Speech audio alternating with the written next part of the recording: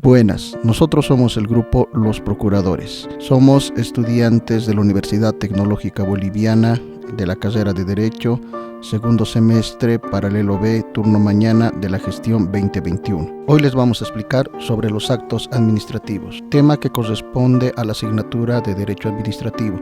Nuestra docente es la licenciada Andrea Hortensia Gómez Esprell. Comencemos. 1. Concepto.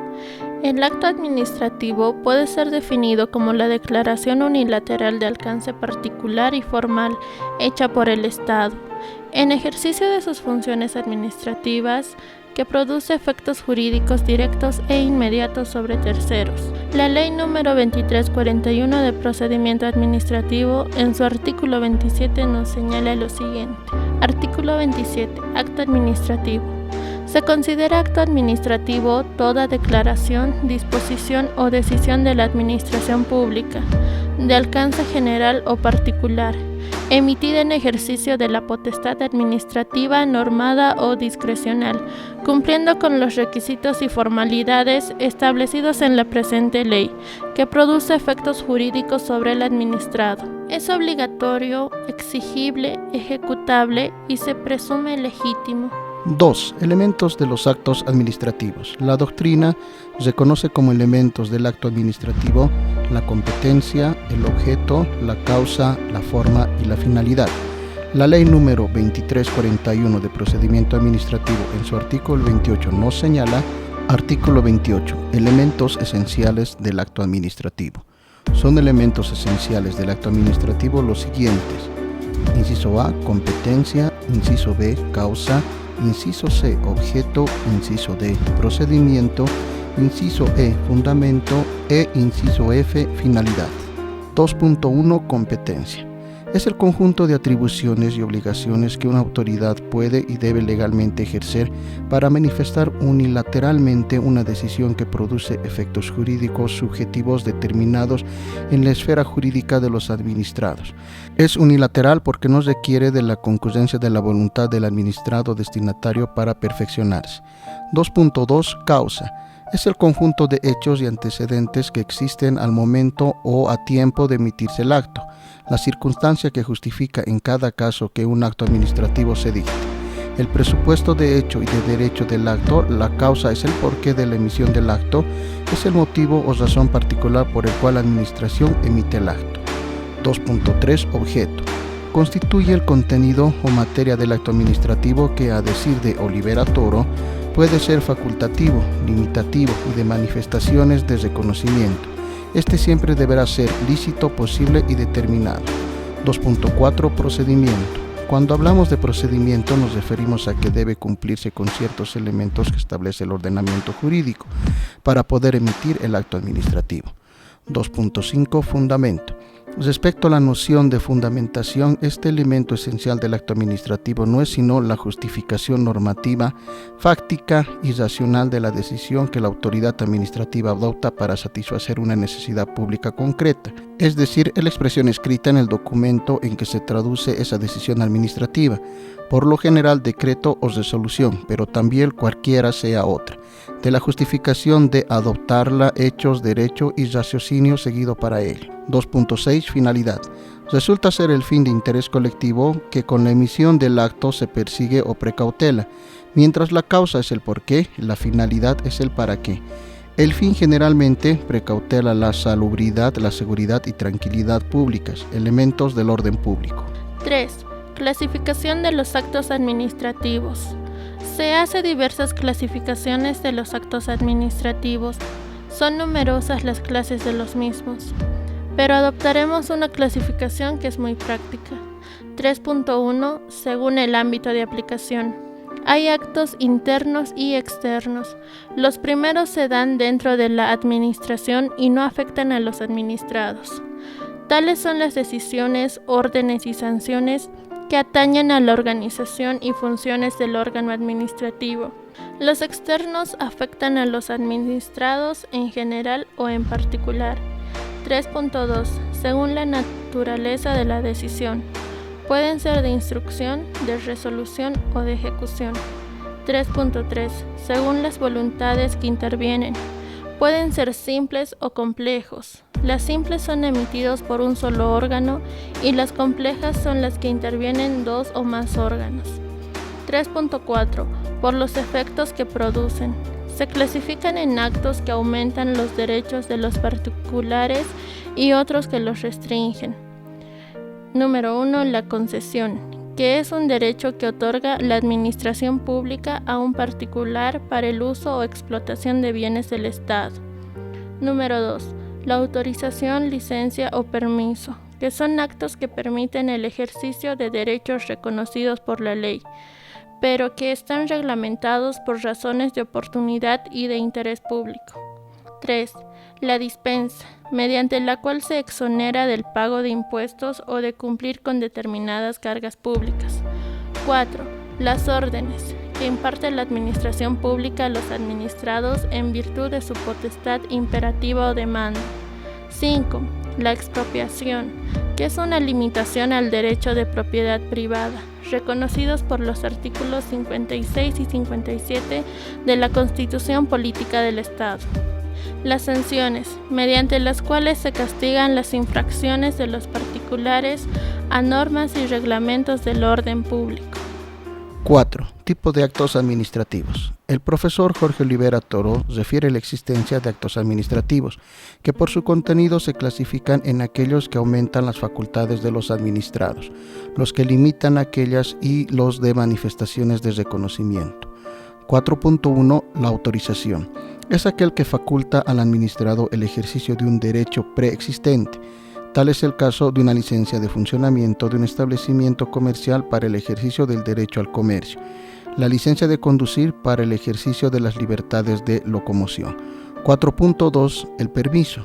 Roberto Dromi señala que el permiso es un acto que faculta a una persona el ejercicio de un derecho, en principio prohibido por el orden público. Es un privilegio especial respecto de una prohibición general: portación de armas, venta de bebidas alcohólicas, permiso para vendedoras ambulantes, para la colocación de propagandas en vías públicas, para el cierre de vías públicas. 4.3. La admisión. Es aquel que previo cumplimiento de ciertos requisitos incorpora al administrado a una actividad de interés público, invistiéndolo de una determinada situación jurídica general y preestablecido. Es el caso del diploma de bachiller y título profesional como medios de admisión a instituciones de enseñanza y organizaciones profesionales. 4.4. Dispensa. Es aquel que exime o exonera el cumplimiento de una obligación consignada en una norma de carácter general, legal o reglamentaria. 4.5. Sanciones. Constituyen la consecuencia punitiva que impone la administración pública en vía administrativa a raíz de infracciones al ordenamiento jurídico administrativo. 4.6. La expropiación. Constituye un acto traslativo de derecho por el cual la administración pública, por razones de utilidad pública, impone coactivamente al particular la privación parcial o total de su propiedad, previo pago de una indemnización justa. 4.7. La reversión. Es el acto traslativo de derecho por el cual la administración pública retrotrae al dominio público los bienes adjudicados a los particulares sin indemnización alguna. 4.8. Registro y certificaciones. Es el acto por el cual la administración afirma la existencia de un determinado acto o hecho jurídico. Registro del estado civil de las personas, del registro de derechos reales, del registro de comercio, del registro de contribuyentes. 5. Jerarquía de los actos administrativos. La jerarquía de los actos administrativos se determina en razón de dos fuentes: la legalidad y la jerarquía administrativa. En cuanto a la primera, hemos visto que un acto es válido cuando emana de autoridad competente y se ajusta a los requisitos de fondo y de forma señalados por ley. Así, en el artículo 410 de la Constitución Política del Estado, al establecer la jerarquía en el ordenamiento jurídico nacional, dispone que la Constitución se aplique con preferencia a las leyes ordinarias, y estas por encima de cualesquieran otras resoluciones. En consecuencia, los actos que se fundan en los preceptos constitucionales son jerárquicamente superiores a los que se basan en las leyes ordinarias, y estos lo son con referencia a los que emanan de otro tipo de resoluciones. La jerarquía de los actos se determina también por la jerarquía de los órganos o agentes de los cuales emanan. O sea que los actos del inferior se subordinan a los del superior, ya que los elementos esenciales de la jerarquía administrativa son el deber de obediencia, el deber de correspondencia y la facultad de suspender y revocar los actos del inferior. Siguiendo este orden, la jerarquía de los administrativos se pueden señalar. Número 1. Decretos supremos, emanados del Presidente de la República y del Consejo de Ministros. Número 2. Resoluciones supremas, emanadas del Presidente de la República y de uno o más ministros. Número 3. Resoluciones ministeriales, emanadas de un ministerio. Número 4. Decretos de mero trámite o providencias de sustanciación. Número 5. Circulares, instrucciones y memorándums internos en cada órgano o repartición. En este último grupo existe asimismo la jerarquía determinada por el grado que ocupan los agentes en cada órgano o repartición administrativos. 6. Validez y eficacia de los actos administrativos. La doctrina señala que un acto administrativo es válido cuando ha nacido de acuerdo al ordenamiento jurídico vigente, o sea, conforme a las formalidades exigidas por las normas del procedimiento administrativo. En tanto que un acto válido será eficaz en la medida que haya sido objeto de la debida publicidad a su destinatario, a fin de que tome conocimiento del mismo, y si es el caso, queda ejercitar el derecho de impugnación.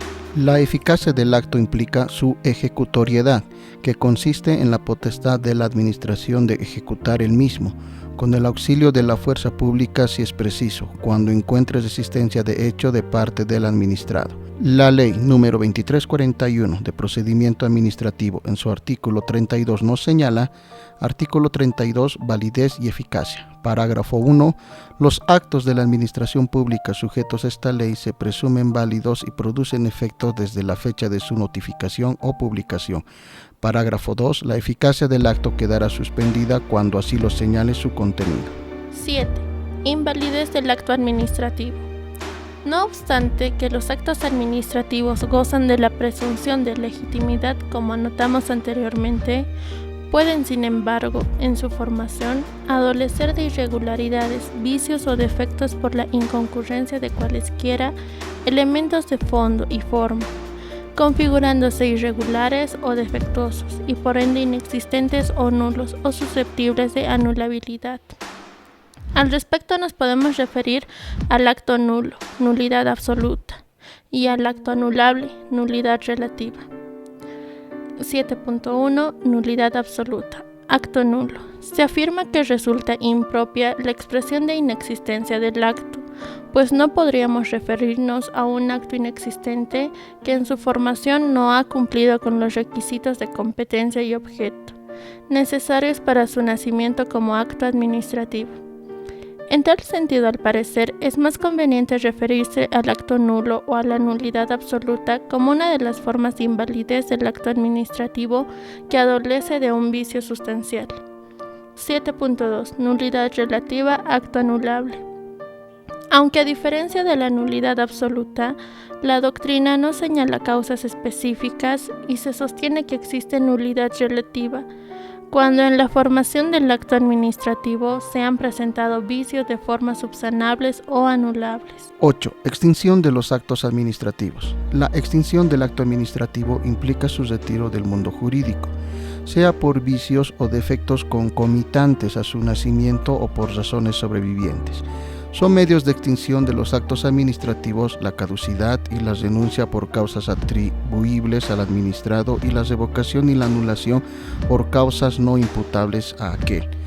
Esta extinción se considera como el retiro del acto jurídico. El Decreto Supremo número 27.11.3 del Reglamento a la Ley número 2341 de Procedimiento Administrativo, en su capítulo 5, Extinción del Acto Administrativo, nos señala. Capítulo 5, Extinción del Acto Administrativo. Artículo 57, Extinción de pleno derecho. Artículo 58, extinción por renuncia. Artículo 59, extinción por revocación. Artículo 60, competencia para revocar Y artículo 61, extinción por caducidad. 9. Estabilidad del acto administrativo y acción de lesividad. El acto administrativo tiene el carácter de estable, es decir, inextinguible en sede administrativa e impugnable en sede jurisdiccional. Se trata de un proceso judicial que se inicia previa declaratoria de lesividad y a demanda contencioso administrativa de la administración pública, quien ejerce excepcionalmente legitimación activa, a objeto de que la autoridad jurisdiccional deje sin efecto o anule el acto administrativo lesivo a los intereses de la administración y o de colectividad. Es pertinente resaltar que en la acción de lesividad en la administración pública, la que en el proceso contencioso administrativo excepcionalmente ejerce la legitimación activa y el administrado la legitimación pasiva. El artículo 51 del Decreto Supremo número 27113 del Reglamento de la Ley número 2341 de Procedimiento Administrativo establece lo siguiente. Artículo 51. Estabilidad. Parágrafo 1. El acto administrativo individual que otorga o reconoce un derecho al administrado, una vez notificado, no podrá ser revocado en sede administrativa salvo que, inciso A, la revocación sea consecuencia de un recurso administrativo interpuesto en término por un administrado. Inciso B, el administrado de mala fe que teniendo conocimiento no hubiera informado del vicio que afectaba el acto administrativo. Inciso C, la revocación favorezca al interesado y no cause perjuicio a terceros. Inciso D, el derecho hubiese sido otorgado válida y expresamente a título precario. Inciso E, se trate de un permiso de uso de bienes del dominio público. Parágrafo 2.